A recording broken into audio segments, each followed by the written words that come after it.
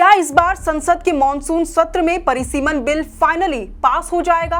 क्या झारखंड में 2029 का विधानसभा चुनाव 81 की जगह 125 सीटों पर होगा? और क्या इन 125 में से 40 सीटें महिलाओं के लिए रिजर्व हो जाएंगी? क्या झारखंड समेत देश भर में लोकसभा और विधानसभा के चुनाव एक साथ होंगे? क्या जेएमएम समेत देश भर के क्षेत्रीय दलों को बड़ा झटका लगने वाला है? क्या परिसीमन के बाद सभी राज्यों की विधानसभा सीटें 50% तक बढ़ जाएंगी? संसद का मानसून सत्र संभवतः जुलाई के दूसरे हफ्ते से शुरू हो सकता है। सत्र में इस बार परिसीमन बिल के पारित होने और महिला आरक्षण कानून के लागू होने की पूरी उम्मीद जताई जा रही है। अप्रैल महीने के विशेष सत्र में भले ही एनडीए इन संविधान संशोधन विधेयकों को पारित कराने के लिए आवश्यक विशेष बहुमत न जुटा पाई हो, लेकिन माना जा रहा है कि मोदी सरकार एक बार फिर इन विधेयकों को सदन के पटल पर पेश करेगी। इसी के साथ एक देश एक चुनाव वाले बिल को पास कराने की कवायद भी तेज हो गई है। मगर सबसे बड़ा सवाल यही है कि क्या ये बिल इस बार पास हो पाएंगे और क्या मोदी सरकार की ये योजना सफल हो पाएगी?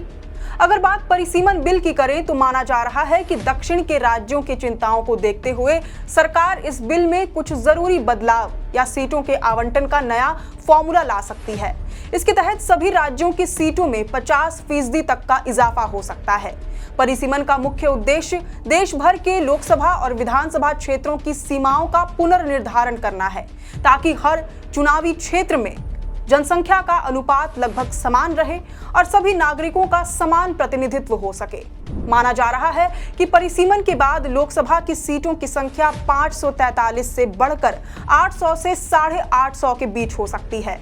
दक्षिण के राज्यों को आपत्ति इस बात से रही है कि वहां जनसंख्या उतनी तेजी से नहीं बढ़ी जितनी तेजी से हिंदी पट्टी के राज्यों में बढ़ी है। दक्षिण भारत में आबादी नियंत्रित रूप से बढ़ती रही है। ऐसे में आबादी के विशुद्ध आंकड़े के आधार पर परिसीमन करने से हिंदी पट्टी के राज्यों का संसद में प्रतिनिधित्व असमान रूप से बढ़ जाएगा और दक्षिण भारतीय राज्यों का प्रतिनिधित्व का अनुपात घट जाएगा, जो कि पहले से ही सीमित है। परिसीमन झारखंड के लिए भी एक बेहद संवेदनशील और महत्वपूर्ण मुद्दा रहा है। झारखंड की राजनीति के लिए यह इसलिए भी अहम है क्योंकि राज्य में लंबे समय से आदिवासियों के लिए आरक्षित सीटों के अनुपात को लेकर बहस छिड़ी हुई है। यदि संसद से परिसीमन बिल और उससे जुड़ा संविधान संशोधन पास होता है और पूरे देश के साथ साथ राज्यों में सीटों की संख्या 50% तक बढ़ाई जाती है तो झारखंड विधानसभा और लोकसभा सीटों का दायरा काफी बड़ा हो जाएगा। विधानसभा में सीटों की संख्या 81 से बढ़कर लगभग 121 या 125 तक हो सकती है। वहीं यदि इसमें नारी शक्ति वंदन अधिनियम के तहत 33% महिला आरक्षण लागू होता है तो इन बढ़ी हुई सीटों में से करीब 40 सीटें महिलाओं के लिए रिजर्व हो जाएंगी। झारखंड जैसे आदिवासी बहुल राज्य में सीटों के बढ़ने से क्षेत्रीय संतुलन और आदिवासी राजनीति का केंद्र बदल सकता है। जेएमएम जैसी क्षेत्रीय पार्टियां हमेशा से ये मांग करती रही हैं कि झारखंड में आदिवासियों की आबादी के अनुपात और उनकी भौगोलिक सघनता के आधार पर ही सीटों का निर्धारण होना चाहिए। ऐसे में अगर मानसून सत्र में परिसीमन की राह आसान होती है तो ये झारखंड के आगामी विधानसभा चुनावों के नैरेटिव को पूरी तरह बदल देगा और क्षेत्रीय दलों के समीकरणों को प्रभावित कर सकता है। इससे पहले 16 से 18 अप्रैल तक चले संसद के विशेष सत्र के दौरान 2/3 बहुमत की कमी की वजह से ये अहम संविधान संशोधन विधेयक गिर गया था। इस बिल के पक्ष में तब 298 वोट पड़े थे और विरोध में 230।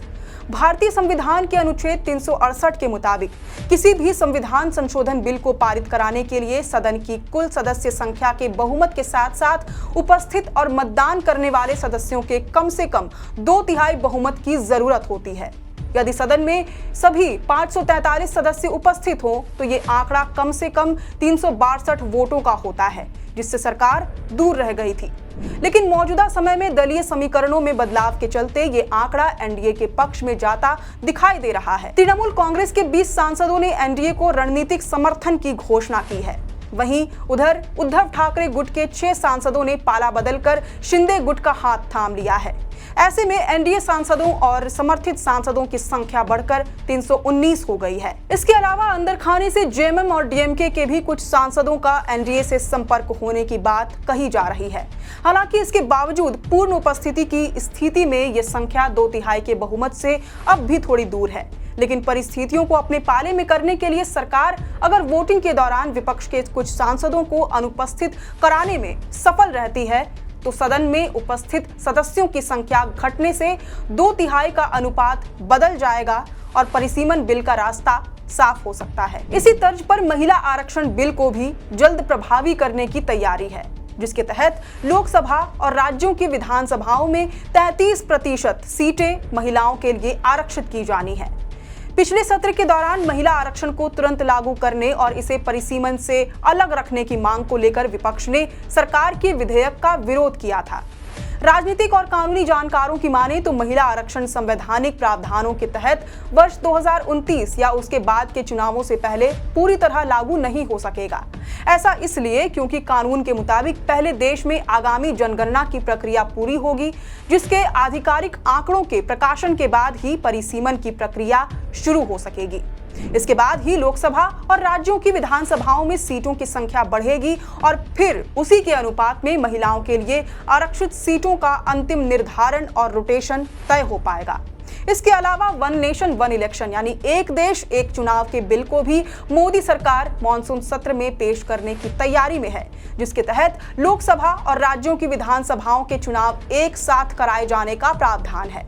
लेकिन इस बिल की जांच कर रही संयुक्त संसदीय समिति यानी जेपीसी अपनी रिपोर्ट मॉनसून सत्र से पहले सौंप पाएगी या नहीं, इस पर फिलहाल संशय बना हुआ है।